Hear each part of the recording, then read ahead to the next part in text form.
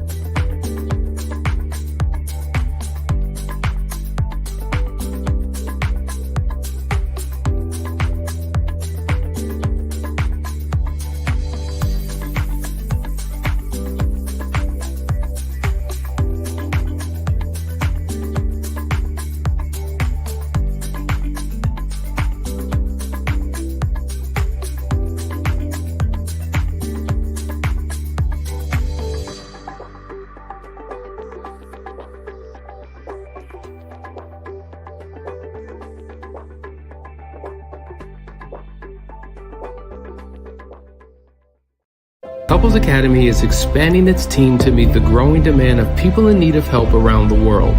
So if you're a trained, licensed, or certified expert in marriage enrichment, infidelity recovery, sex therapy, life coaching, cognitive behavioral therapy, divorce mediation, financial coaching, or family therapy, contact us today.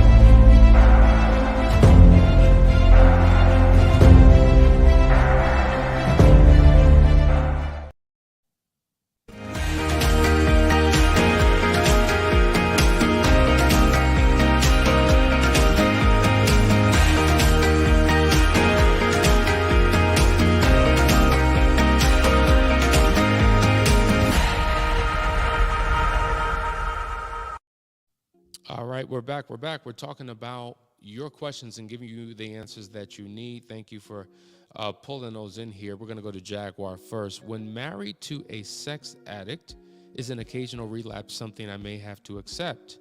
He has been in remission several times, but always slips up. He's gone anywhere from a few months to a year. Well, Jaguar, that's an answer that only you can give. I can't tell you whether it's okay for you to stay if he relapses. Everybody has a different tolerance level. Some people have a 0 tolerance level when it comes to cheating and infidelity of any kind. And so they've made that point crystal clear and they don't back up from that position. And when a violation happens again, that's their breaking point. Others, based upon their temperament, based upon their definition of commitment, love, what have you, will continue to support, will in some cases, what's the word I'm looking for? Coddle, okay? It just depends on who you are. I mean, Everybody is different. What you need to do, when we say this all the time, when you can't control the behavior of another person, the only thing that you can control is your own. That's it. You can only control your behavior. So if he does whatever he may do again, what is going to be your reaction? The one thing you want to do is think about it now. If this should happen again, what is going to be my course of action? How am I going to move forward? How am I going to decide my next steps?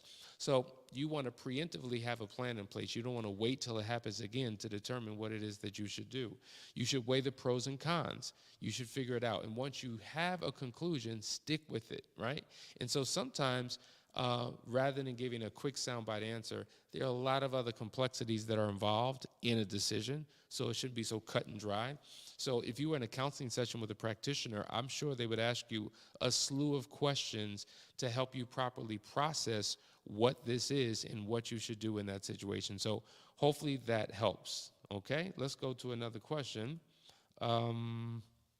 Here we go. It's a sad day for me. I left my husband due to his lack of respect for me. My question is, how do I get past my hurt so I don't carry it with me? Well, counseling, listen, this is a number of different things. You need to work with somebody who can help guide you past that hurt, right? That's number one. But outside of that, are you reading any books that really deal with how to process your pain? Are you on any type of spiritual journey where you're leaning into God? You know, the Bible says, cast your cares upon him. What are you actually doing, right? So, for instance, I have a coach, and my coach, every time I meet with him on a weekly basis, I have to report what my week was like. But I also, on a daily basis, have to track everything that I'm doing. And he's there to course correct me. Okay, Hassani, did you do this? And did you do that? And how come you did that way? And how come you didn't do this enough? Like, he's there constantly guiding and correcting me. I kind of look at it like this.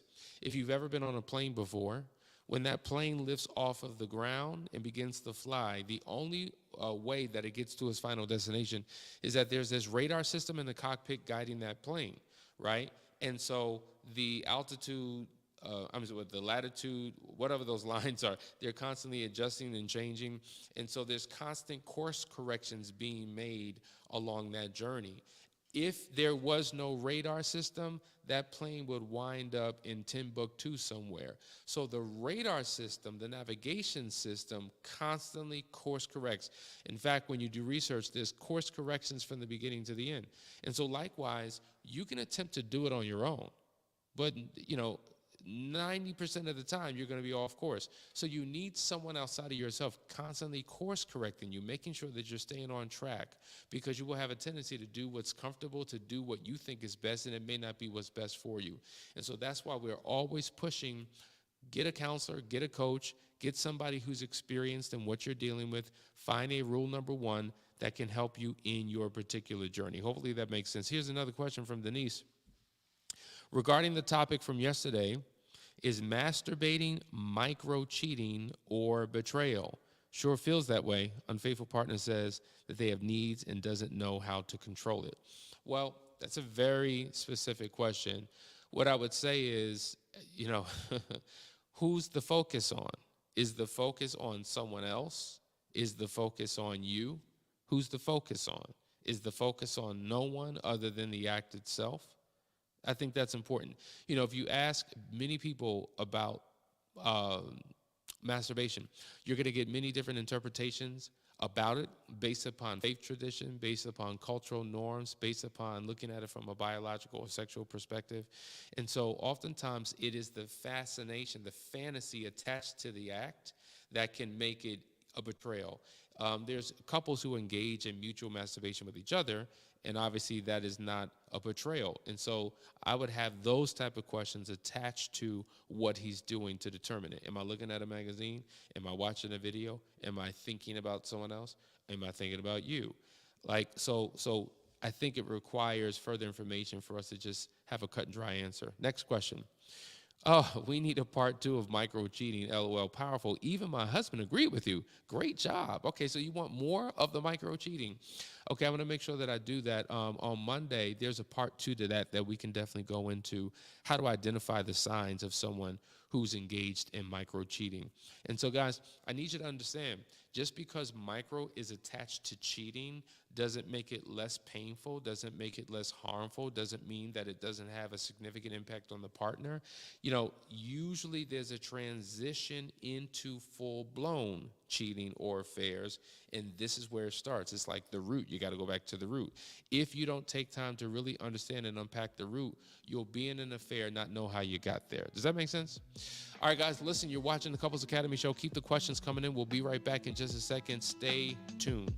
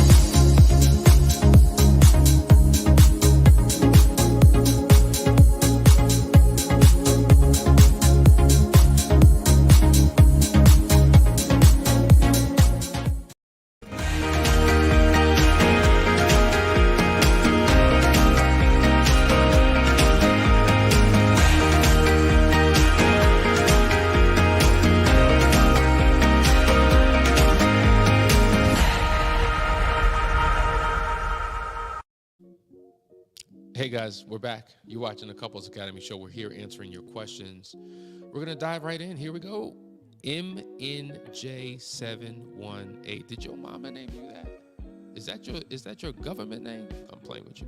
Good morning. It's been almost 5 months since my husband's one-night stand, but I can't help think about it every day, and it's still so painful. Don't know how to get unstuck and feel like myself again. Here's the question that I have for everyone, because this is similar to the previous question. I don't know how, what do I do? And so I'm going to turn it into a question. What are you doing? What are you doing? What are you doing? Post that in the comment. I need to know that, because my answers are going to become trite and redundant, and it's going to sound like a broken record, because fundamentally there are core things that are necessary to be done to get unstuck. And so my question is, what are you doing? That's not just for you, that's for everyone who's in that space of, I don't know what to do. Well, let's assess what you're doing. There's a particular person who has a number of questions for me, and I keep asking, what are you doing? And I never get an answer. I never get an answer. And so I think that we've got to get to a place where we're willing to do whatever it takes. Like when you're in pain, the only thing you care about is getting out of that pain. And you will try every method, every tool, every bit of medication, every suggestion. You'll do anything to get out of the pain that you're in, because all you care about is getting out of the pain. But what we find is that there's a lot of people who are just not willing to do certain things, or they're not willing to do it long enough. Doing one thing and saying that didn't work for me, I need something else, is not enough. And I'm not talking about you, I'm just saying in general. Like a lot of times, if a strategy is given, we've tried it. That didn't work for me. I'm not good at that. I don't know about all that. There must be something else out there. Yeah, I heard what you said, but I'm going to go a different way. And we're fighting against our own best interests oftentimes. So let me give you guys some suggestions on what you need to do, because as I've said, it's not a silver bullet. There's no one thing that you can do. Get a coach or a counselor, somebody who specializes in what you are dealing with, what you're struggling with. Number 2, become a student of your greatest weakness. Whatever you struggle with the most, whatever your greatest weakness is, become a student of it. Because when you begin to study it and read up on it and research it and read articles and watch videos and dissect it, if you spend 2 months, 60 days in a deep dive study on your issue, my issue is forgiveness. I can't forgive. Study it. And my issue, my issue is trust. I just can't trust my spouse. Study it. My issue is, masturbation. I just don't know how to overcome it. Study it. Study what you struggle with. Become a student of it. If you do, you will become the master thereof, because you're going to realize the inner workings of it, the origins of it, the temptations, what leads to it, how to determine where I'm telling you, you become so fluid in everything about it that now it's not a struggle. Most people struggle because they're ignorant of what it is, how it happens. They're ignorant of the steps and techniques that are needed and necessary to overcome. But when you study it, everything begins to change for you.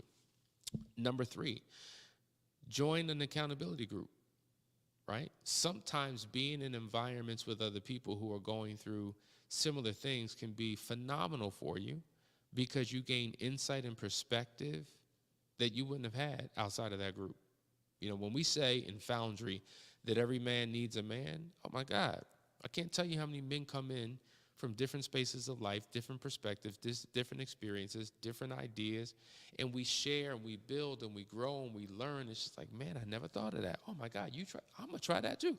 So there's a collective intelligence, there's a collective wisdom in a small group, right? So that's number 3. Number 4, personal growth and development. Are you working on yourself? Do you know your Enneagram number? Okay, great, you know it, maybe, possibly, but are you going through a legitimate pathway of healing and restoration through your Enneagram? Yes, no? Okay. Number 5, spiritual transformation. What are your morning and evening rituals spiritually? How much time are you in prayer? How much time are you reading your word? What are your daily confessions like? What insight are you getting? What spiritual book are you reading? What are you doing to pour in? Right? So I just gave you 5 right there. Those universal 5 can be applied to any situation, whether you are the betrayer, whether you are the betrayed, whether it has nothing to do with infidelity at all. It doesn't matter. Like when you commit to a process of healing and personal growth and development, no matter what your issue is, it will work. You will succeed. The reason why finally, after so long, I'm getting a particular breakthrough in a particular area of my life is because I have a coach in that space. I have accountability in that space. I have reading materials. I have a daily ritual and routine that I'm committed to. And as long as I commit to this process, well, consistency is key. The results are going to come. And it's the same thing for each and every one of you, no matter what your issue is. My question is, not for you, but for all of us, why do we go against what it is that we're instructed to do? That rule number 1 thing is so critically important, guys. Rule number 1 is you listen to people, only to people, who have what you want and have been where you are, right? That's how you select a coach. That's how you select a community, an accountability group. That's what you do. I need to get around a bunch of rule number 1s, people who have what I want and been where I've been. That's the master key. There are other keys and components, but that is the first step right there. So my question is, what are you doing? Right? What are you doing? What are you doing? Listen, ponder on that. Think about that. We got time for one more break. Excellent question. I hope that answer helped. Be right back.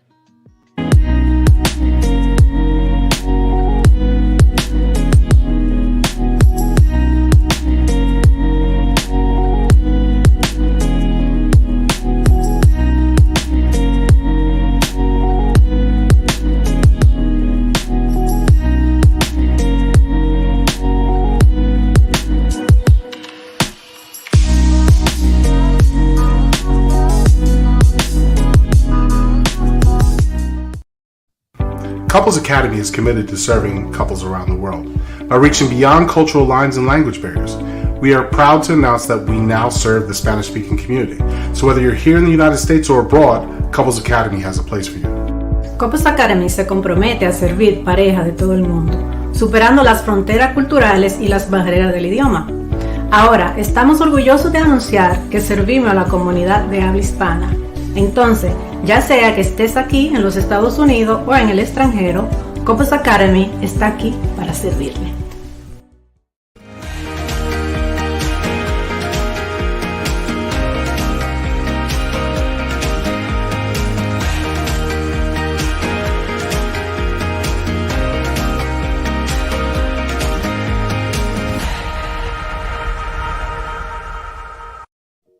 Hey guys, we're back.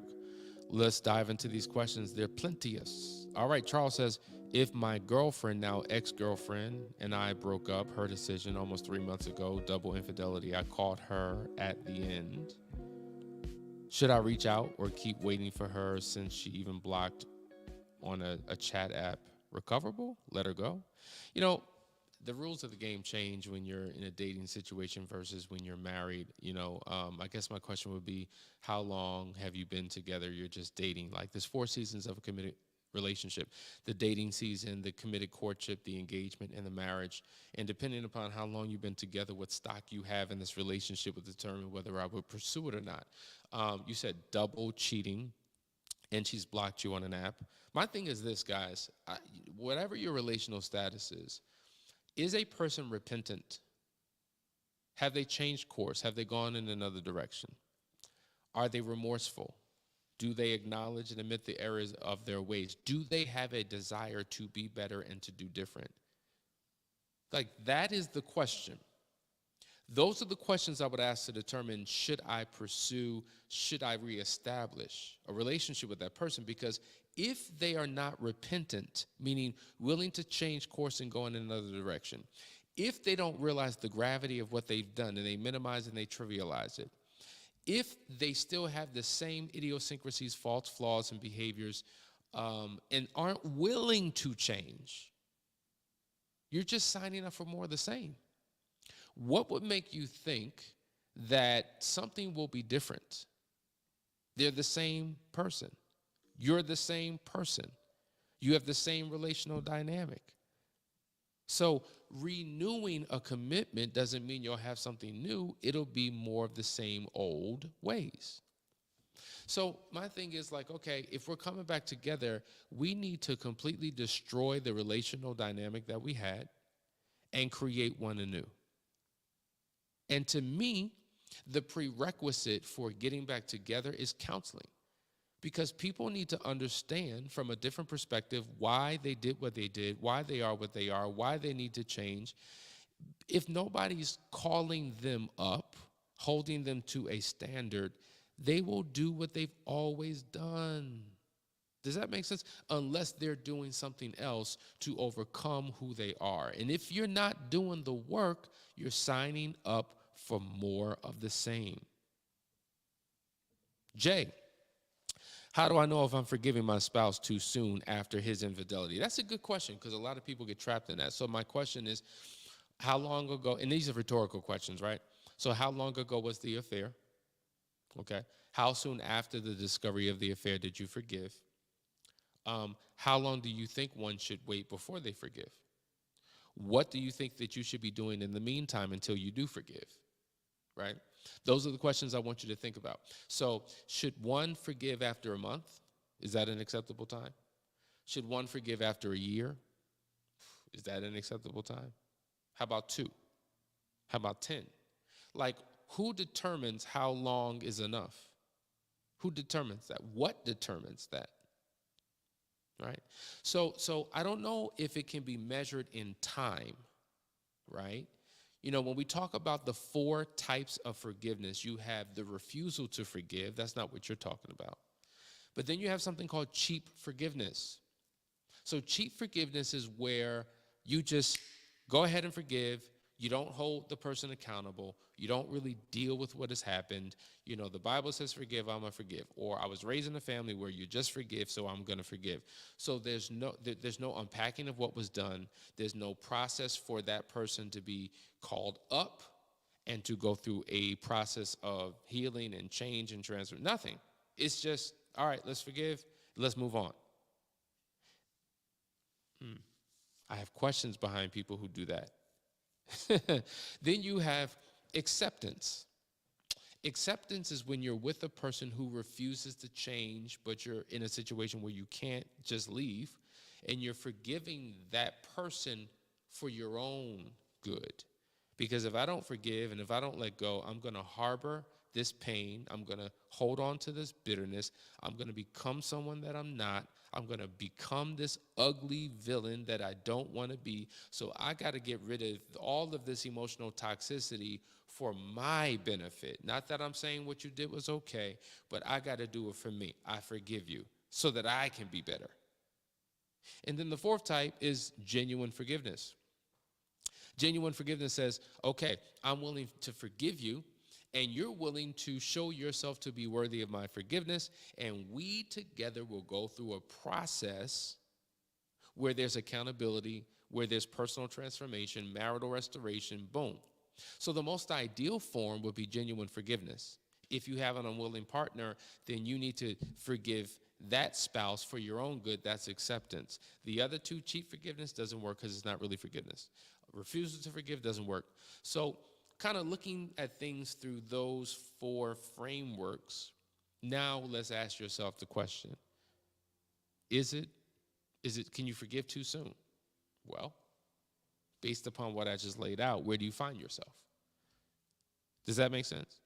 And so what I would ideally say is, if you have a desire to forgive your spouse and your spouse has a desire to be forgiven, I personally still think you should seek out help and let somebody guide you through that process, because you have to understand there are obstacles and roadblocks to forgiveness. Even when people say they forgive, there's still things that they may be holding on to that they're not even aware of. So that's what I would recommend, okay? Here's another question, I think. Thank you for answering. The act is very much a trigger, as this behavior took place with porn or other similar acts of betrayal. Yeah. So the act, we're going back to the masturbation piece. So, once again, I would have a conversation, because here's the reality. If it works for you and doesn't work for him, it doesn't work for the marriage, and vice versa. And every couple has a different moral code or a different perspective when it comes to masturbation. So that's why I'm not so quick to answer that, because for some couples, they masturbate in front of each other. For other couples, I'm on a road trip and it's been a minute. I'm going to be on the road for 3-4 days. I'm thinking about you. But, so this is why I say it's worthy of a conversation with the 2 of you. Okay? So just reach out to us. Set up a discovery call, couplesacademy.org. Would love to talk to you more about that. Here we go. Good morning from AZ. My boyfriend hardly ever sends me a good morning text. It is mostly me sending the good morning text. How should I talk to him about it? Babe, why don't you send me a good morning text? I send them to you, right? I would love it. I mean, it makes me feel good. It makes me think that you're thinking about me. I send it to you because you're on my mind. You're on my heart. I want to start my day with you. I mean, it's just a text. It's not a phone call. It's a text. Would you be willing to just think about me when you get up and reach out to me, and so I can start my day? It makes me feel loved. It makes me feel cared for. It makes me feel important. That's how I would do it. As simple as that. Crystal says, I'm not shading anyone, I promise, but to me it seems like we, the accuser or self-named victim, never focus on our part in marriage, or we downplay the things that we do that create toxic homes. I think that's a fact. I think that the focus typically, 100% of the time, if not 99.9% of the time, is on the other. Because the thing is, the affair trumps all. It doesn't matter what I did, you cheated. It doesn't matter how I show up, you cheated. And guess what? That trumps everything. So we don't have to deal with my issues, we're gonna deal with your issues. And focus on your issues, right, keeps me from looking at myself. And at the end of the day, we have to understand that there's a difference between the affair and the relational dynamics. Those are two different things. Now, of course, they bleed into one another. But the reality is, there was a relationship before the affair. Most likely there's going to be a relationship after the affair. And so if the only thing we talk about is the grave offense of the unfaithful partner, it robs us of our own responsibility to look within ourselves and figure out what we need to do to become better human beings. And so I think there needs to be a perfect balance. This is why we take a three-pronged approach. We focus on your marital recovery, your individual recovery, as well as the affair recovery. And it should be done in proportion. Because if it's only about the marriage and not about us as individuals, now we got this great marriage, but we're still two broken individuals, and we bring our brokenness back into this new relationship and what we break the marriage.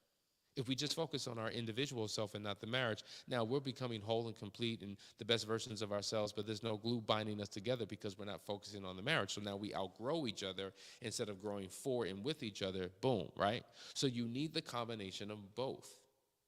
And of course, you got to deal with the affair because it's hard to even move forward if we don't address the big elephant in the room that got us here in the first place. So that is why, guys, if you do get help, you got to find somebody who knows how to juggle those three balls. Like, I know how to juggle 2 balls, but 3 balls is kind of difficult for me if I'm actually juggling with balls. But when it comes to counseling, you need somebody who knows how to juggle all 3 of those, who knows how to navigate you through, right? Because they're all connected, but yet they're all still different, right? Think about God, triune beings, God the Father, God the Son, God the Holy Spirit. All one, but yet 3 different expressions. And we see this third, I'm going in a different direction, show up all throughout the world. But my point is, you got to deal with all individual 3. So in your process of healing and recovery, there's got to be a focus on you, a focus on your partner, and a focus on the marriage. So that's an excellent point. I can't agree with that more. Felicia, is it fair to your spouse to have a conversation in front of your counselor that you haven't shared with them yet for fear of not communicating it well to your spouse? That's a very good question. See, here's the reality, guys. Oftentimes, the spouse does not feel comfortable. Then they're not sure how they're going to respond. And so they're waiting for an opportunity because history says every time we have a difficult conversation, it goes left. Somehow it doesn't work. Either we're enraged and we're fighting now. However it shows up for you. The point is the spouse does not feel safe. And so because you have a counselor who's guiding you through a process, they're there to help facilitate that discussion in real time. They're there to help manage emotions, right? Help reshape thoughts, help give proper perspective. Because here's the fact, here's the reality. You say something to your spouse hears what you said. I hear what you said. Your spouse hears something differently than what I heard because your spouse is listening with emotional ears. You got to understand, your spouse is listening through a filter.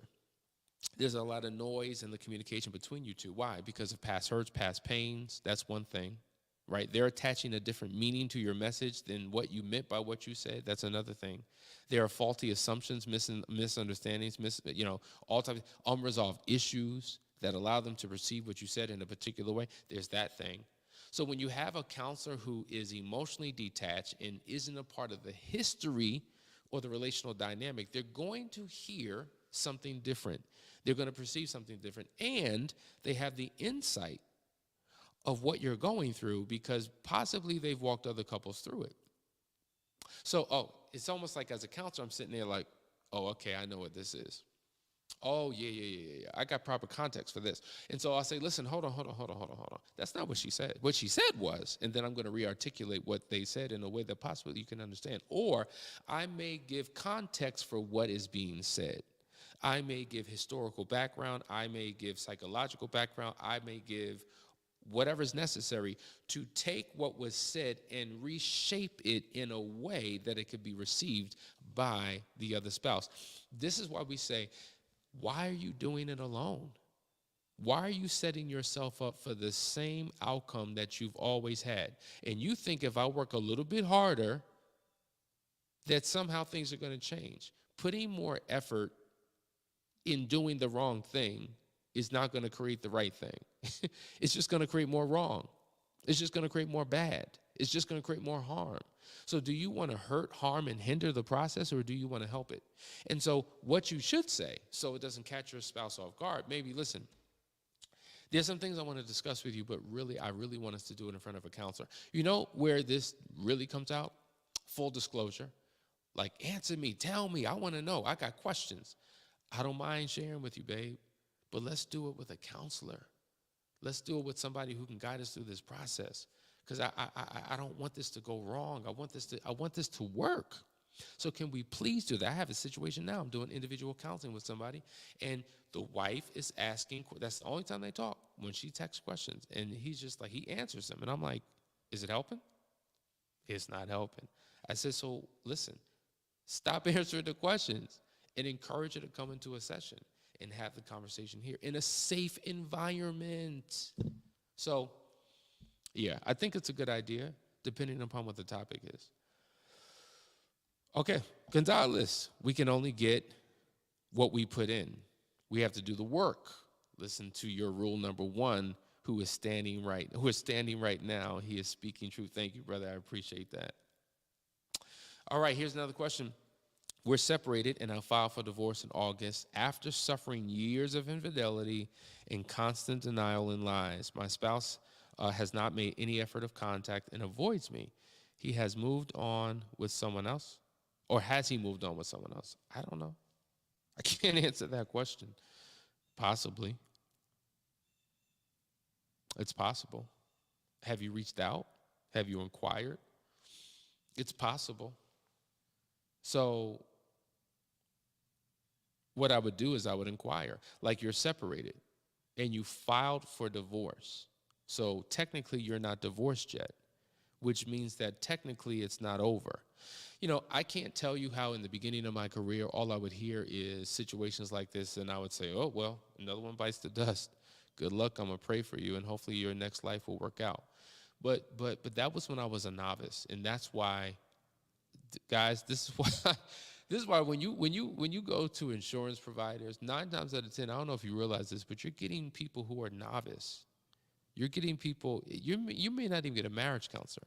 You're dealing with somebody who just got started, maybe, or they don't even deal with couples, but they'll take it because it's practice. You don't want to deal with a novice. After doing this for quite some time, I realized that it doesn't matter what the situation is. You can have filed for separation, you have dates for divorce, you've moved out. I mean, everything looks permanent. But as I say, all things are subject to change. Because the closer we get to that date, all of a sudden, we start thinking different, we start feeling different, we start reevaluating, we start looking through a different lens and from a different perspective. And I've seen so many people who have been in your situation, whose relationships have been able to be restored. But what happens is when we separate, and this is where we mess up, when we separate and leave the home and don't have a game plan, that's when all hell breaks loose. That's when more betrayal takes place than ever before, because, hey, we ain't living together. I mean, I assumed that since we were separated, then you was doing your thing and I was doing my thing, and that's what I assumed, and so boom. And then what happens is you have a change of heart, you reestablish the relationship, you decide to work on it, you move back in, and then when you talk about what you did while you were separated, then all the pain comes.